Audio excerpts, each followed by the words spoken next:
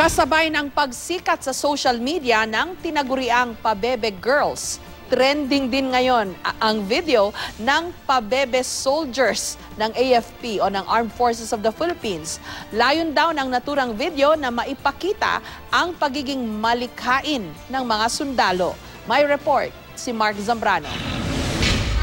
Kami ang Pabebe Girl at wala kayong pake kung pabebe kami sa mga video namin. At wala kayong karapatan dahil nanonood lang kayo. Hit na hit sa mga netizen ang videong ito ng tinaguriang Pabebe Girl Warriors. Trending ang video at sari-saring bersyon na rin ang kumalat sa internet. Kaya pati ang Armed Forces of the Philippines may sariling bersyon na rin, ang Pabebe Soldiers. Hi! Kami ang inyong Pabebe Soldiers. At wala mang katatigil sa amin sa paglilingkod sa bayan. Tama. Kung gusto ninyo, magtulungan tayo sa pagbibigay serbisyo sa bayan Nang may respeto at dignidad. Sige pa, talaga. At maaasahan maging sa katapatan. Oo nga. At sa pagsulong ng kapayapaan at kaunlaran. Alright! Rock and roll to the world!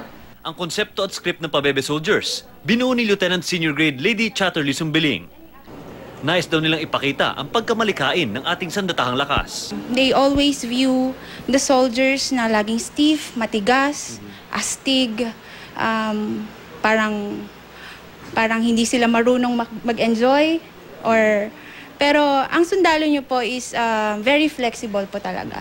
So ano po yung current trends, alam po namin yan. So nasasabayan po natin.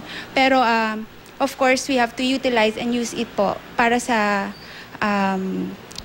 positibong paraan. Kasama sa Pabebe Soldiers, sina Private First Class Maricris Badlon, Airwoman Second Class Mary Rose Gapusan at Airwoman Second Class Christine Pineda, mga miyembro ng Civil Relations Service ng AFP.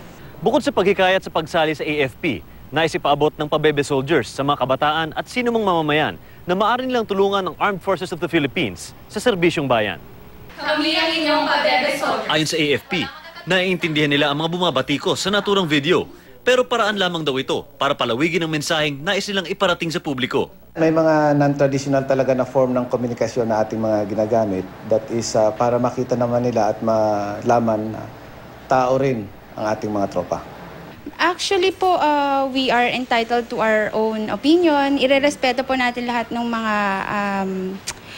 opinion. Pinaplano ng AFP-CRS na maglabas ng panibagong video sa darating na linggo. Mark Zambrano, GMA News.